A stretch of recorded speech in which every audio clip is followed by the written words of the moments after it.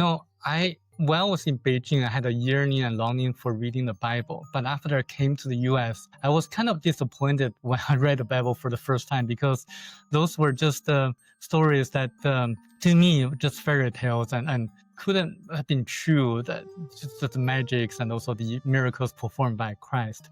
I was thinking, oh, this is just the Bible, and there are just so many things that I had questions for. So I didn't really believe in the Bible until I read this book, Thiaoouba Prophecy, because everything made sense. It actually answered all the questions I had in my mind about the Bible.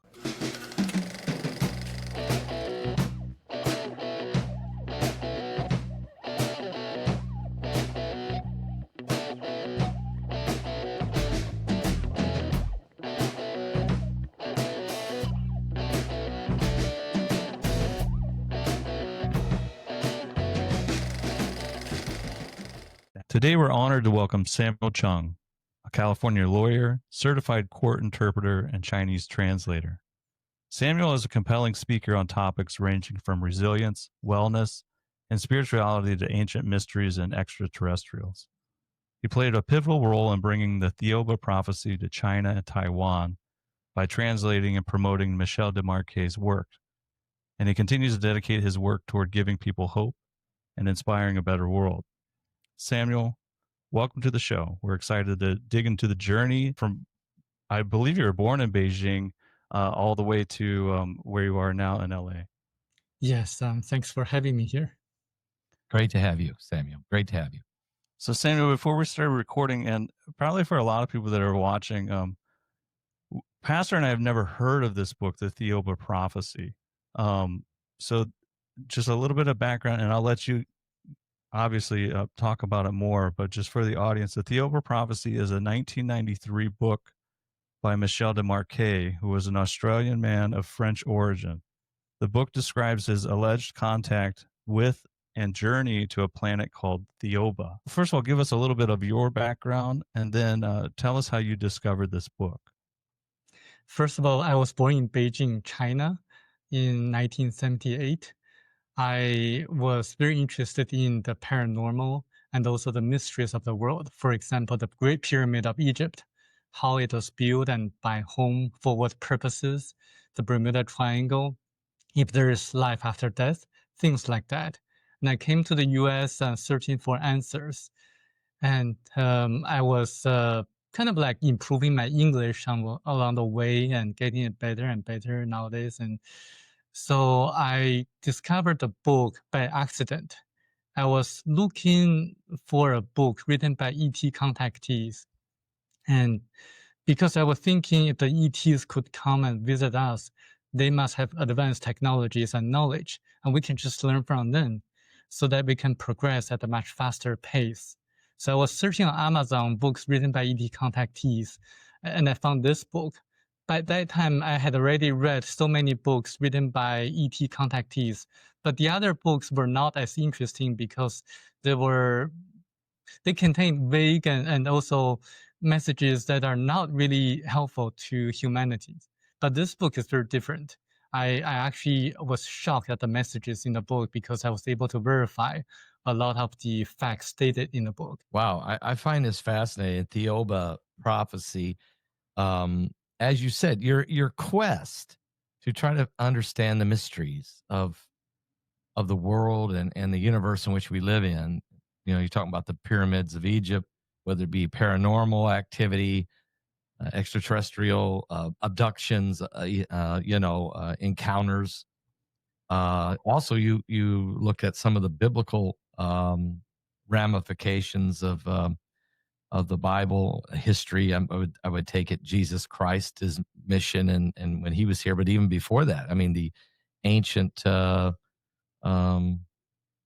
Sodom. I think I read in there Sodom and Gomorrah, the events that happened in the Bible. So in all of that process, when you came to the Thiaoouba Prophecy, what did you think about the fact that this man was just a farmer? Am I right? He was just a farmer in Australia? And Yes. What happens? So he was just a farmer in Australia, in Cairns, Australia, Queensland, and he didn't have a lot of education, but he wrote so many facts and details in the book that really amazed me and fascinated me. When I was in Beijing, I had a yearning and longing for reading the Bible. But after I came to the US, I was kind of disappointed when I read the Bible for the first time, because those were just stories that, to me, were just fairy tales, and couldn't have been true. That just the magics and also the miracles performed by Christ. I was thinking, oh, this is just the Bible, and there are just so many things that I had questions for. So I didn't really believe in the Bible until I read this book, Thiaoouba Prophecy, because everything made sense. It actually answered all the questions I had in my mind about the Bible. For example, it talks about parting the sea during Exodus.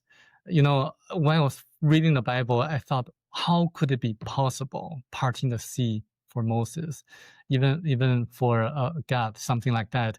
But this book explains that who parted the sea using force field, and also why they did it, why they led the Hebrews out of Egypt, and also why the Hebrews were the chosen ones by Lord, by Jehovah, and also about Sodom and Gomorrah.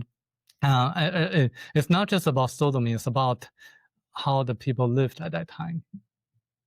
I feel like most of us probably don't understand, including myself. That's why I'm asking the question about the censorship in China, and how you were actually even able to get started on reading, books about ETs and topics like that.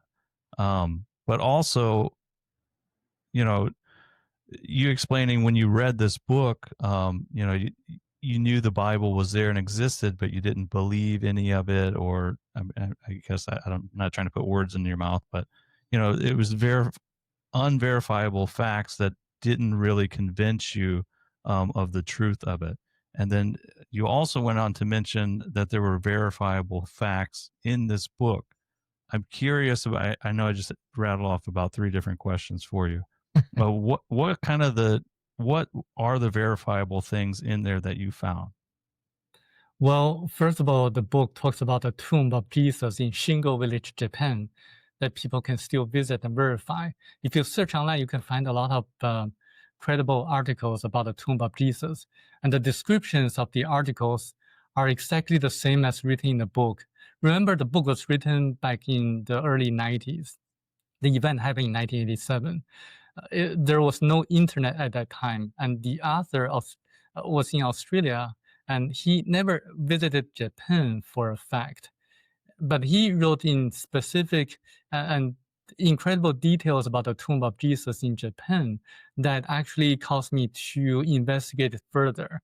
And also, it actually answered all the questions I had about the Bible. For example, there was talks about Jesus going to India, and there was talk about why Jesus never performed miracles as documented in the Bible before the age of 30, before he began preaching, and things like that, and why he called his mother woman after he began preaching. So all those questions were answered in the book that really made logical sense, along with other specific verifiable facts. For example, the antibacterial effects of blue light and yellow light by Harvard Medical School, and also about Project Westford in the early 1960s by the US government, sending hundreds of millions of needles into space, and the project failed, actually. There are other specific facts that really, if you get into the book, you can read in details, and between lines, you're going to see that the book, everything written in the book, make perfect sense. I find it fascinating. You're saying that that he said that there's the tomb of Jesus in Japan. Yes. Do the people of Japan recognize this or know about this? Yes, they know about this, and actually they talked with the Israeli government, and they made a pact or agreement, or their friendly cities, and also the local people in Japan, in the village, sing a song that really sounded like Hebrew language. That's the story of Jesus. So are you saying there's sort of like a small village in Japan? I guess that's probably in the mainland Japan. Yes, in northern mainland of Japan. Okay, so northern mainland. Paul, Paul lived in Japan for 3 years, okay, but in Okinawa, but he did visit the mainland quite a bit. I went to Okinawa and spent some time, but stopped in Tokyo on the way on a plane, okay, so that don't count. So northern Japan, there's a tomb that they believe is the tomb of Jesus in a small village, and the people who are in that village speak a dialect that's very similar to Hebrew. They sing a song, a traditional They sing a song. Oh, Yes, that's very similar to the Hebrew dialect. yes. That is incredible. That really is incredible. And I'm gonna have to do some digging into this one because that's very interesting. I'm sorry, being a pastor 41 years, I'm gonna dive all over that. Okay. Can't help it. But anyway, yeah. go ahead, Paul. Yeah, well, actually, about the song, though, so do you know about the origin where they got that from, or? Well, it turned out that Jesus, the one who was born out of Virgin Mary, traveled indeed to India through China and died in Japan. That's the story of Jesus who couldn't perform miracles. Wow. That's the one who was born out of Virgin Mary. Jesus, who was born of the Virgin Mary, traveled to India. but ended up dying in Japan. And That's correct. That is the story that some people are believing. Maybe the Japanese people, some of the Japanese people, I take it, are believing. Maybe even some of the people in India. Is that what you're saying? Well, it's written in this book, Thiaoouba Prophecy, how that happened. Got it. And that actually made sense because if you read the Bible as I did, Jesus, even though he was highly spiritual, having a in-depth, great, profound conversation with the teachers of the temple, there was no record in the Bible, at least in the Bible that we read today, that he performed any miracles before he began preaching. That to me made like didn't make any sense because if you were like performing miracles after you began preaching, you must have been able to show some of your abilities and to perform miracles when you were young. That really didn't make sense to me until I read this book. And also, more interestingly, it explained who Christ was. Christ really died on the cross and then resurrected 3 days after, just to show people that there's life after death and things like that. And he preached about spirituality and love. And that's actually the reason that we need to follow the teachings of Christ, really just to follow what he really taught us to the people back then. And also it has a lot of significance to the current state of world as well. Very good. I mean, yes, thank you for that. And it's good that, the understanding of the death, burial, and resurrection of Jesus Christ, the fact he was born of a Virgin Mary makes him divinity and all of that. It's just interesting how they, of the Japanese connection. I don't care. It's great if people are believing that in Jesus. Okay. I mean, that it's okay. Let me ask you a question then. Let's go back to the Thiaoouba prophecy because I'm interested in this planet. I mean, Paul, didn't you say that this Thiaoouba is actually a planet that he went to? Right. Michelle, can we explain a little bit more about this planet? Where was it in the galaxies? Yes, it's actually in our Milky Way galaxy. It is a golden planet because as Michel Desmarquet, the author, approached the planet, he saw a golden mist. It's very beautiful once he landed on the planet. It's just like a paradise. Everything is so perfect that he didn't really want to come back to Earth. And it's just the people there are so compassionate and loving. They're 3 foot tall and 3 meters tall and actually 9 or 10 foot tall. And they are angelic looking, Nordic looking people who could perform miracles or things that Christ performed as documented in the Bible. For example, they can levitate, they can communicate through telepathy, they can materialize objects, and they can do basically everything we can imagine. And they actually told Michel Desmarquet the stories of how the events occurred on Earth as documented in the Bible. especially in the some of the things that people have questions about, and I find that to be fascinating. And that planet is the people there. They're very beautiful. They're hermaphrodites. They have very beautiful looking body. And they don't die at all because they can generate and regenerate body tissues and cells. So they are forever young looking people. Okay, you have to understand. I mean, I just interviewed a guy. He's a good friend of mine. His name's Stephen Boyles, whose book is just coming out called "I've Been to Heaven." He was in a coma for 45 days during COVID, and an angel came and took him to heaven for 45 days and showed him heaven.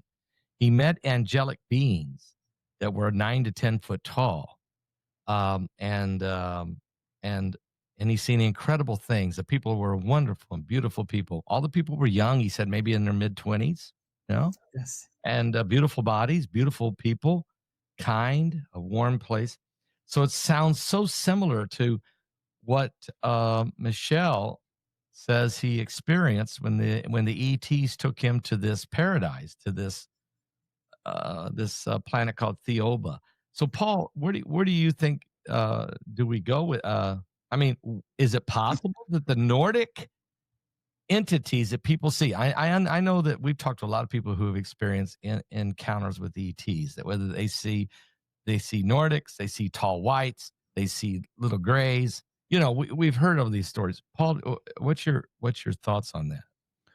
Well, I mean, I'm still trying to figure my way through, because there's so many different elements in the Thiaoouba prophecy. I wanted to ask you that, Samuel, at the beginning of this. So before the abduction, I guess you would call it, of Michelle, did he have, Pastor and I had this question, did he have any other involvement that you know of? Because I know that you met him twice, I believe.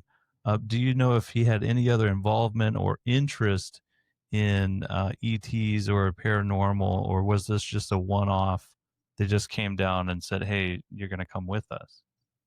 Well, he suspected that there were UFOs and ETs in the universe, but he never really believed in that until this event happened in 1987. Wow. It's a sudden event. There was no warnings at all. Wow. And then also, so then with that, so then he just left a note to his wife, like, hey, I'm going to be gone for 10 days, or like, yeah, what happened there? So he woke up in the middle of the night, and then he didn't know why, but he wrote a note to his wife saying that he'll be gone for 10 days. Wow. There's no need to worry about me. So he walks outside of his house, and he was lifted up to the middle of the air. Wow. Where he saw a very beautiful being wearing a spacesuit. Okay. Wow. Was this woman was she a woman?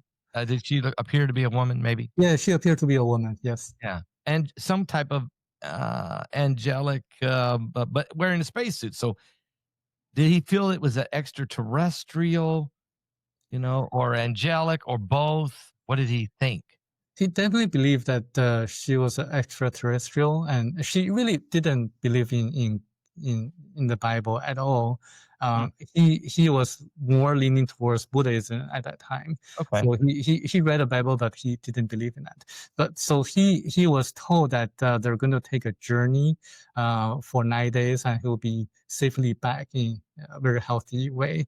And then they stopped in a place where they would call the parallel universe, where certain events happened that actually explained what happens in the Bermuda Triangle and why so many people disappear in the national parks in the US and Canada, as documented in the books written by David Paulides, the Missing 411 series of books. And then they started their journey, and they stopped at a planet and in which describes to be the planet that just had a holocaust, nuclear holocaust. And then they kind of took some samples of the soil and also killed a lot of the gigantic insects that were kind of mutated due to the radiations. Wow. And then some of the things were explained to him that nuclear wars happen again on Earth and on different planets as well. So on that planet, also on different planets as well. And so we have to be careful about that. But really, nuclear wars are not really the most dangerous things on Earth. And actually, that explains a lot of things as well.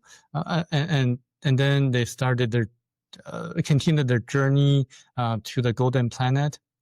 And then they took some precautions as well, in which Michelle was disinfected using yellow light and blue light. And then he actually had an out-of-body experience during the disinfection process.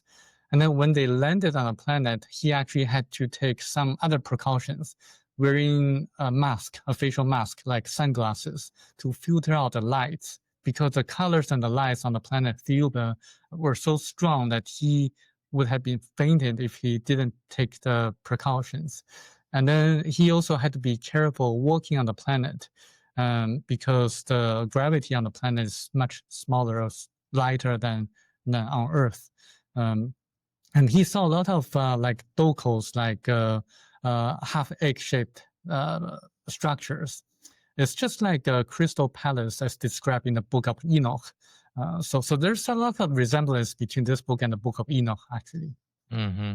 Yeah, the Book of Enoch is, of course, not a biblical text, folks, but probably should be, because we didn't find it till after the canon was done. So, yeah, and when you read the Book of Enoch, you realize that there was the interaction with the angels with humans, some fallen angels, some the good angels and the bad angels, okay, which and they taught men many things. Now, in the Bible, as you know, Samuel, reading in the book of Genesis, chapter 6, we had the encounter with the fallen angels, with humans, who then birthed what we would call the Nephilim, or the giants that roamed the earth and were evil and destructive and violent and taught men these things. Enoch confirms this. What did Michelle see any of that kind of?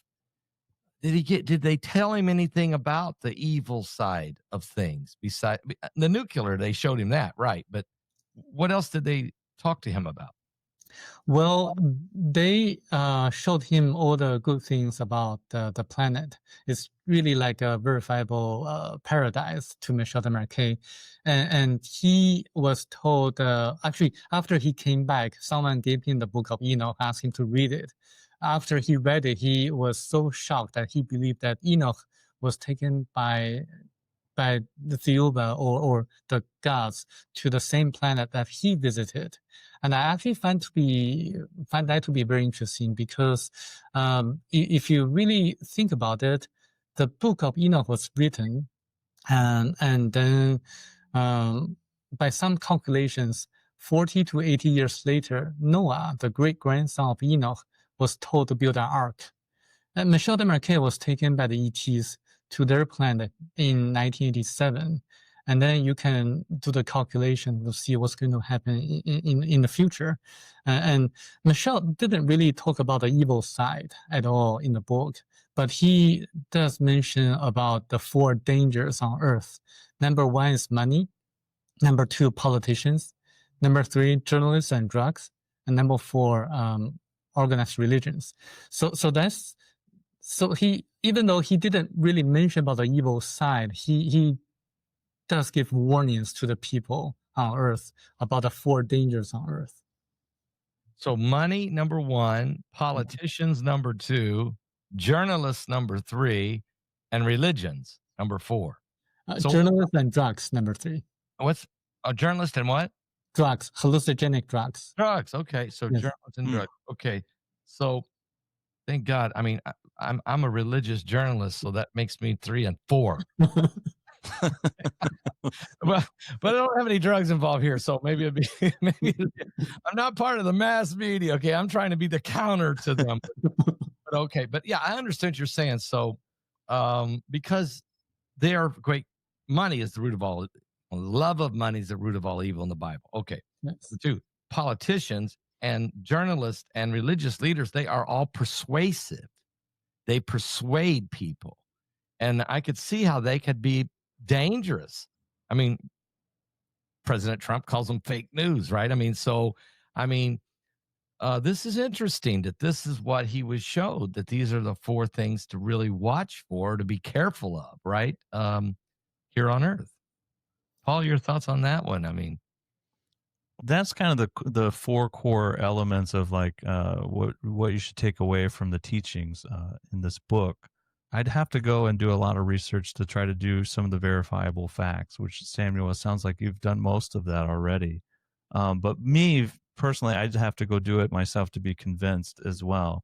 But it seems like a book that has, regardless of if you believe or don't believe the factual accounts or fictional accounts that have occurred in it, it still seems to have a good core moral message as far as what we should be doing here on Earth.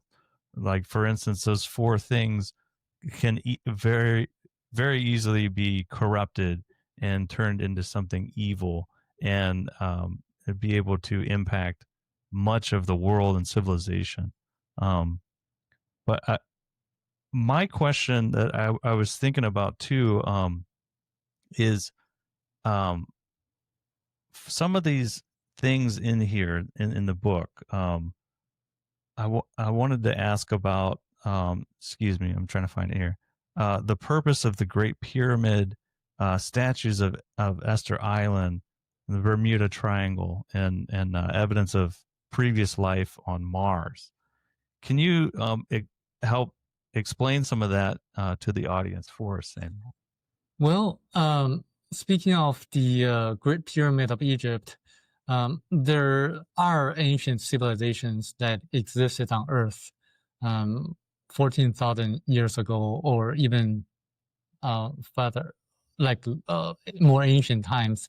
What happened was that there was a continent called Lemuria, and in the Pacific Ocean. There was also a different continent called Atlantis in the Atlantic Ocean that existed about 250,000 years ago. There were people who came to Earth and then landed on the continent of Lemuria. They had a very flourishing and great civilization that didn't really have money. They just, Michelle actually went there, visited the psychosphere in the past, and saw how they lived in the past. And then everyone just grabbed whatever they needed from the supermarket or from the marketplace. They didn't pay any money at all because no one took advantage of each other. And people there had great technologies such as anti-gravitational technologies. And also they were able to build a great pyramid on the continent of Lemuria. And then it's just like they were able to cut the huge stones in a very precise manner using supersonic vibratory systems. So that civilization existed on the continent of Lemuria. And then some of the people from Lemuria colonized the continent of Atlantis. And then some of the colonizers went to Egypt and built a great pyramid in Egypt as an energy center. It's not a tomb for the pharaohs. It's an energy center that could capture cosmic and terrestrial energies. So the users, like the pharaohs, sat in the king's chamber and then meditated and then concentrated, and they could communicate with people on different planets, and also to make rain using the Great Pyramid as an energy center. Wow. I mean, yeah, this pyramid thing is always, and yeah, they're now finding under the pyramids, they're finding what they believe to be power centers or some type of technology to create energy. Gold is also a key mineral, of course, for conductivity and is used for great power. And we know we know Solomon knew that in the Bible. We knew Donald Trump knew that, to put that in the Trump Tower. I mean, so it seems like and God knew to use it to plate the Ark of the Covenant in gold. And then when they built the Temple of Solomon, it was all plated in gold. So gold is key. So the pharaohs knew this. So you think that was part of the technology advancement that they got from this civilization that came from Lemuria and Atlantis? I mean, I know a lot of people who are really searching for Atlantis, believe that Atlantis really existed, the civilization. Steve Quayle's one of them that very, very, he's written about it. Others have. So the advanced ET technologies or the technologies these folks received in from the pharaohs. Are we still? And I've always wondered about the monolithic stones. Who cut those? I mean, these things weigh 20,000 tons. How in the world did somebody cut? So, have we lost some of this technology that they had? Do you think? Yes, we lost a lot of the technologies from Atlantis, especially after the burning of the Library of Alexandria in Egypt. But some of the secret societies kept some of the knowledge. For example, I actually was able to, by chance, translate a different book called 334 Lies, supposedly written by the highest degree chair of the Illuminati secret society that was founded in Germany. And that book talks about the ancient knowledge from Egypt and also some of the things that they could practice to have super abilities like ESP or psychic abilities and the magics as documented in the Old Testament of the Bible, performed by the ancient Egyptians. So there are some knowledge that passed on to certain people of this world, but most of the technologies are lost. However, as you know that the U.S. government had a lot of testimonies from people who claim to have retrieved crashed UFOs. But I want to mention this point is that they are learning from the people whose UFOs or whose spacecraft crashed. This book, Thiaoouba Prophecy, is written by Michel Demarque, who encountered the ETs whose spacecraft would never crash on Earth because their technologies are so far advanced, more advanced than the ones who crash on Earth. So there are different ETs in the universe. There are lower levels of ETs. There are ETs who are not so advanced. There are ETs who are more advanced. We should follow and learn from the masters. Learn from the masters whose spacecraft would never crash on Earth. We should learn and also follow the teachings of Christ, because actually Christ, according to this book, is one of them. So that actually is very interesting. That actually shocked me quite a bit. That actually made me believe in the Bible and reread the New Testaments of the Bible, especially the book of 4 Gospels, and to follow the teachings of Christ.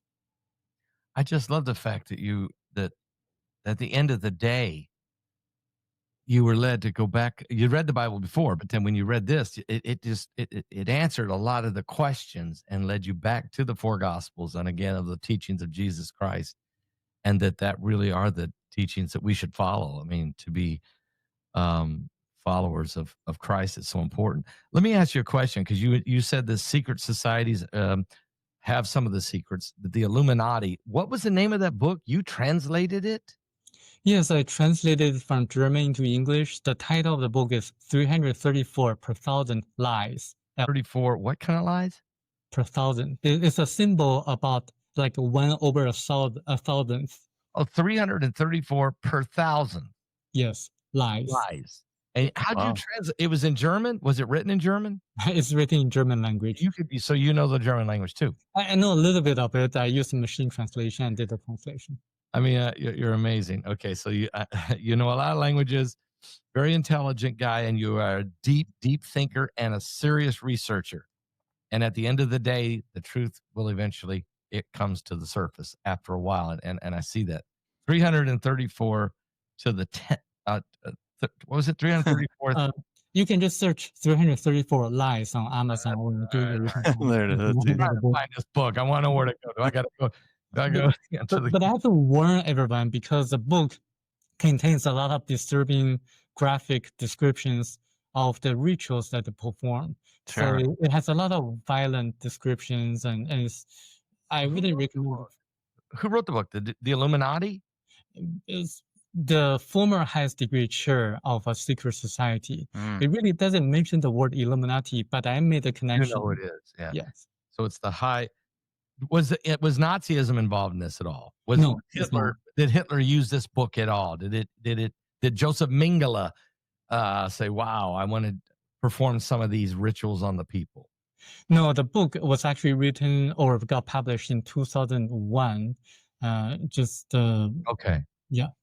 Just pretty much like an expose on some of the practices and technology that the Illuminati have. That's what I'm gathering. Okay. Yes or no? No, Samuel? Yeah, because it talks about how they operate, how they influence the decisions of the world leaders, the politicians, and they stay behind the scenes. They cause conflicts in the world. So they support the KKK, and they also supported anti-racism movements in the U.S. So they play both sides to cause the division and conflicts. I mean, we're watching this play out right now, Paul, today.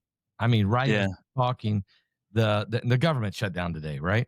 And both sides seem to be okay with it shutting down because each side's going to utilize it to some advantage, and then they'll come back together and they'll open it back up again, and they'll eliminate so many people from the government. That's one thing. Number two, they're going to switch some of the funding from illegals back to the citizens, but not all of it. And there's a lot of games that are going to be played.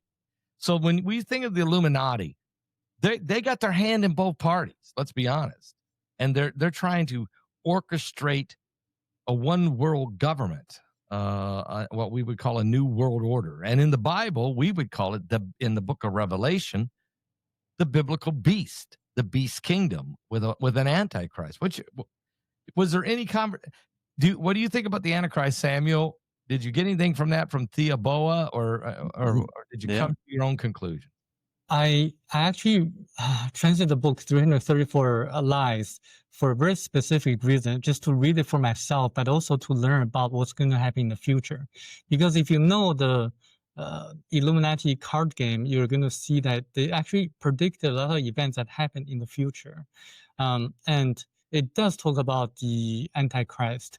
In the book, it says the author actually, after going through a near-death experience, believes that everything is about love, about making good things in this world. So he was trying to make a change, but he saw a younger person who had more psychic abilities, who was trying to overpower him and overtake him in that sense. And he had no ability to prevent that from happening. And this is the reason he wrote this book, 334 Lies, just to tell people that this is happening, and also people, and to tell people that there's no use to arrest the members of the Illuminati because they all have psychic abilities.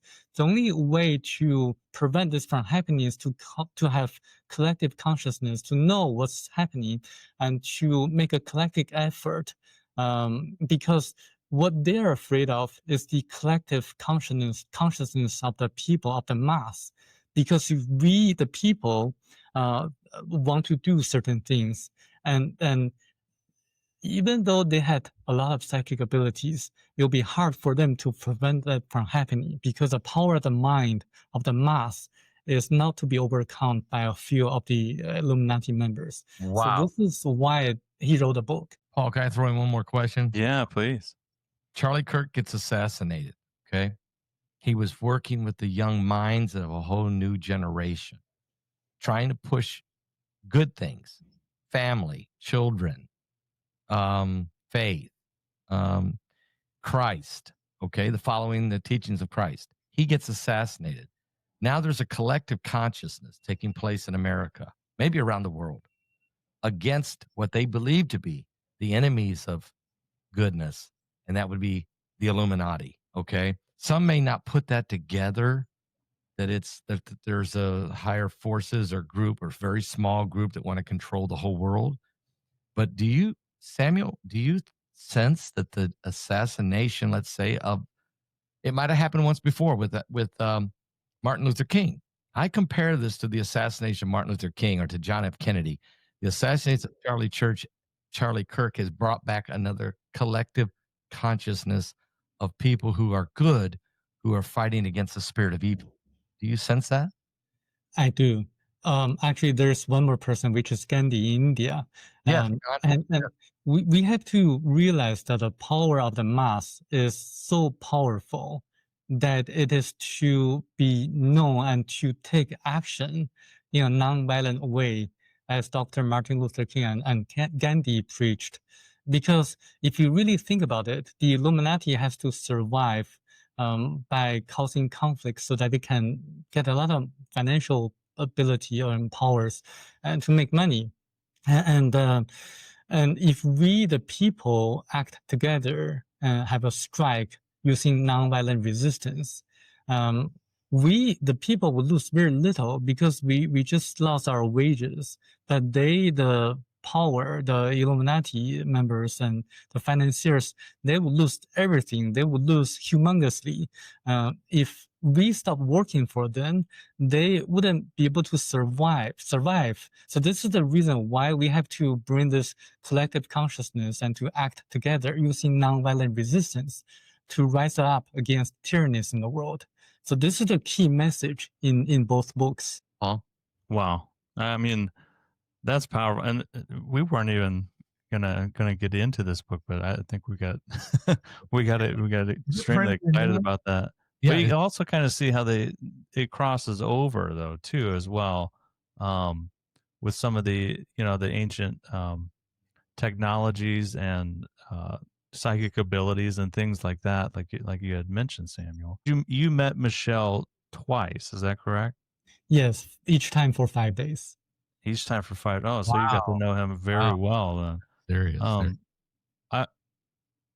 I want to know, what did you gather from him during those visits?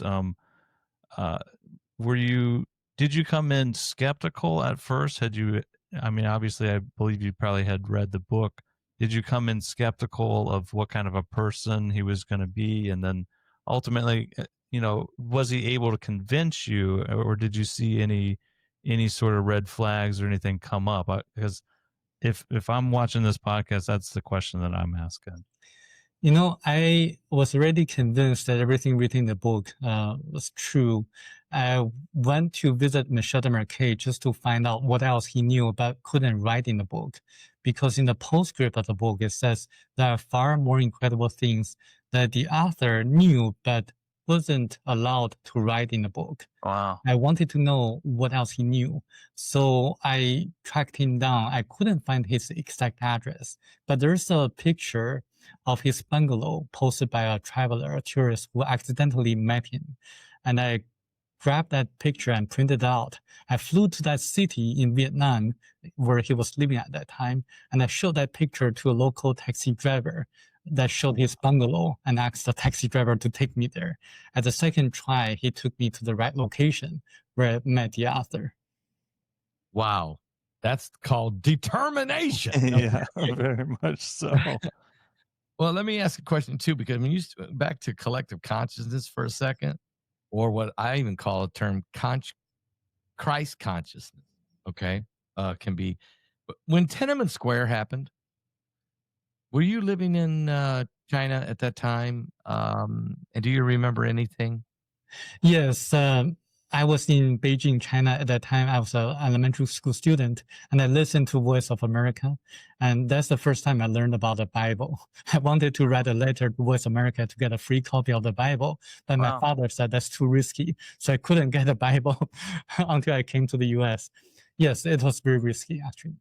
Yeah. So Tiananmen Square, Paul, I know you know about Tiananmen Square, what happened there, but the people came together in one mind and one accord, if you will, against the communist government of China, and they went to Tiananmen Square. A lot of these students, which would have been your age, I was thinking when you said 1978, you were born. So, and you've been listening to the Voice of America, wanted to get your hands on a Bible. Your father warned you against that. Said, look, that's too risky here. Mm-hmm.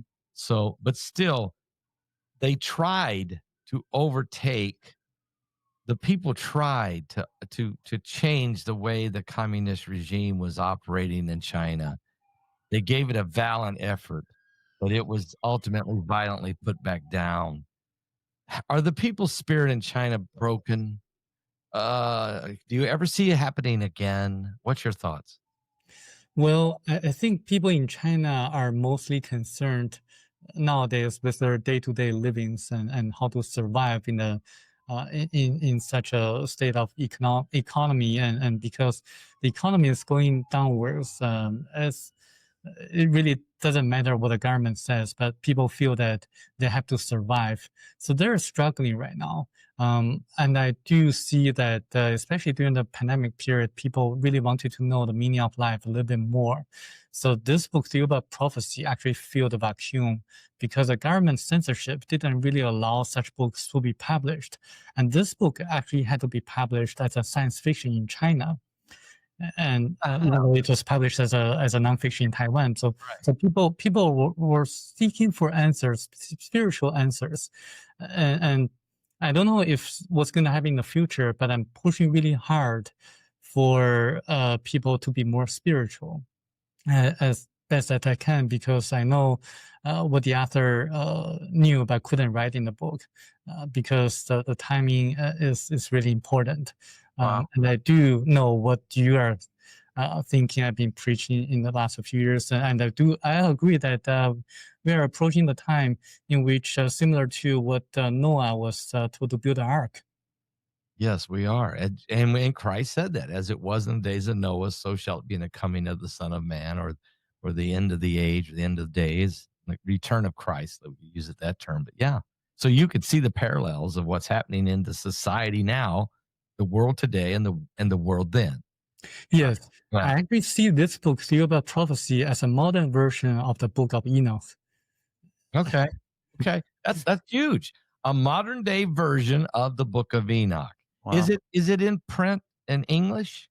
It is in English, and people can find it by searching on Amazon or elsewhere. It's also on Audibles too. Okay, Paul.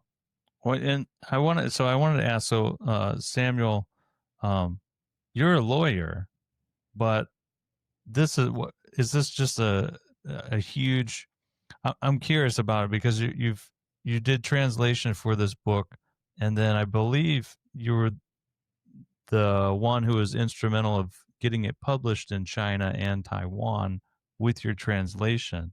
So is this just a side project for you, or is this a passion of yours to do this sort of research and then translate these books and then bring them to your home country or where you were born in China, and reveal it to the public there in China? Because I know there's huge amounts of censorship. So I even think that the translation that you had to do for this book in China, I think you had to change a little bit of the wording to actually get it published there.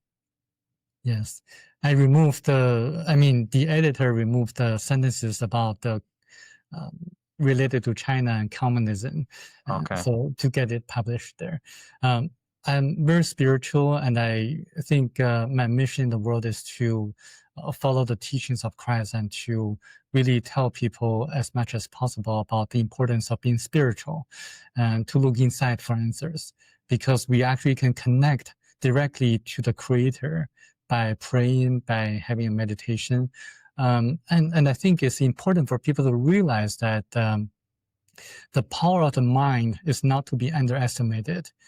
If you read the Bible, if you do research, you're going to see that the Catholic priests, they levitated in the past after having a very meditative prayer. And if you really do that, if you really activate your subconscious mind, if you really pray as what teaches in the Bible the right way, you're going to actually make a lot of things happen the right way. Mm. And actually, by praying, things are going to happen if it serves two conditions. If there are two conditions are met, the first one is that you activate your subconscious mind, and the second is that you have to pray for something that's going to be helpful for spiritual development. You cannot pray that you're going to kill someone, that's going to happen. That's not going to happen. No. If it's good for your spiritual development, it's going to happen the right way. So that's the two conditions for praying. And I think it's very, very important for people to realize that follow the teachings of Christ is so important, because once you pass, once your astral body leaves your physical body, there's going to be a process in which the Creator or you are going to evaluate how you did in this lifetime. if you did a lot of good things for the people, you're going to feel appreciated. It's going to be a very blissful feeling. If you did a lot of bad things, then you're going to feel the pains of the people who suffered because of your actions. So this is how the evaluation process works, the judgment or something. Yeah. You know, I find this fascinating that also that the teachings of Christ is so important, and you recognize that, and the path to get there is quite extraordinary, really. But the fact is that when you talked about the power of prayer, um, you know, there's different terminologies in different religions. Okay, we may use the term the anointing. Okay, and I can tell you from my crusades I've held in India or all the different times I've ministered to people here in America, that in the power of prayer, there is a release. There's some kind of an anointing. I feel it physically, but I also can see manifestations of it on other people, especially healing, you know, or salvation, you know, where someone surrenders and let go of all of the evil things of their life and accept the grace of God. But in divine healing, there is supernatural things that happen. And so what you're saying is the priests sometimes have been known to levitate. The monks have been known to go into a meditative state. Preachers like myself have seen great manifestation and miracles happen with people that were impossible, was supernatural. We didn't do it, okay? And so your point is very important. I think that that people find out that the miracle working, supernatural, telepathic. I can tell you, telepathic. We call that. We use the term telepathic, but we also in the religious world we may use the term supernatural discernment, or what we call in the gifts of the Spirit, we call it word of knowledge or a word of wisdom. And that's when you get a supernatural revelation in your mind that there's no possible way you could get, but you get it. Okay. Someone else would say that was telepathic, but ultimately it's the same. It's basically the same thing happening, right? And it's always good. That's the thing about it. It's a good thing. It's not a bad thing. I find that very fascinating that terminology, but yet same experience. Yes, actually, Michelle, when he encountered the ETs, they communicated with him telepathically. Throughout the process, they sometimes communicated using voice, sometimes using telepathy. And also, according to them, telepathic communications will cross language barriers because it really doesn't matter what language you speak. There's going to be telepathic messages sent to people who speak different languages. Actually, if people want to verify the fact, they can search in Brazil. There's an ancient tribe that still communicates through telepathy. And also the healing force as well, because we have our higher self as well. And also if you activate the subconscious mind through prayers or through meditation, you're going to communicate with your higher self, which in turn sends or a kind of a healing field to the person you want to heal or yourself. So that happens. That can be done by not only Christians, but also Qigong practitioners or monks in the temples as well. Paul? It sounds like you just continue to try to go and verify some of the things that are written in the Thiaoouba Prophecy, which I think is, that's a huge testament to your curiosity and character for this. But I also think that it's important for people to understand, because on the surface, if you're reading this book, I don't know, it's hard to explain, because I don't want to pigeonhole anybody into any sort of belief process for that, because when you start to say, oh, well, you know, if your interpretation of this book is, oh, well, the aliens are really in charge of everything and they control all the religions, now you're getting into, you know, people getting into new age practices and things like that. Again, I don't want to pigeonhole anybody's belief system or religion for it, but it seems like it includes a lot of different elements and kind of parallels Eastern and Western religions together. And also, you know, like you gentlemen were just talking about with telepathy. and gifts of the Spirit. It's just different terminology, but essentially it's kind of the same process. So for me, I would recommend anybody listening who's interested in this stuff, before, again, we always have to say this, before you do any sort of judgment about, well, what are you guys reading? Why don't you go and read it for yourself so you can start to verify different components for it? Do you have any thoughts about that, Samuel? Yes, people do have different beliefs, and I respect that. There's a similarity between this book, Thiaoouba Prophecy, Christianity, and Buddhism, is to suggest people not to worship any idols, not to worship any kind of foreign gods, because there is a creator, and when the creator created everything, including human beings, it actually inserted a tiny portion of itself to each one of us. So we can communicate with the creator directly without going through an intermediary agency, or it's really against the natural law to worship like an idol. Buddhism, for example, the Buddha, like 500 years after he passed away, there's no like a picture or a sculpture of the Buddha that exists anywhere in the world, because he didn't really want people to worship him, because he wants people to look inside for answers. Like in the Bible, it says there's the kingdom of God is within you. So we can look inside for answers. We are the creators of the God, of the creator. We are the creations of the creator. Right. Yes. So that's very important for people to realize, to look inside for answers.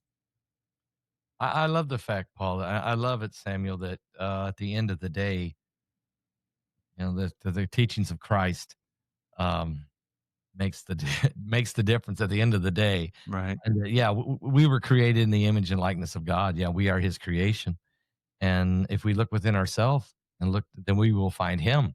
That's what Jesus was saying, for the kingdom of heaven is at hand. It's within you if you just would recognize it. So, Right. so I just want to say, to me, I'm very, very, very interested in how God.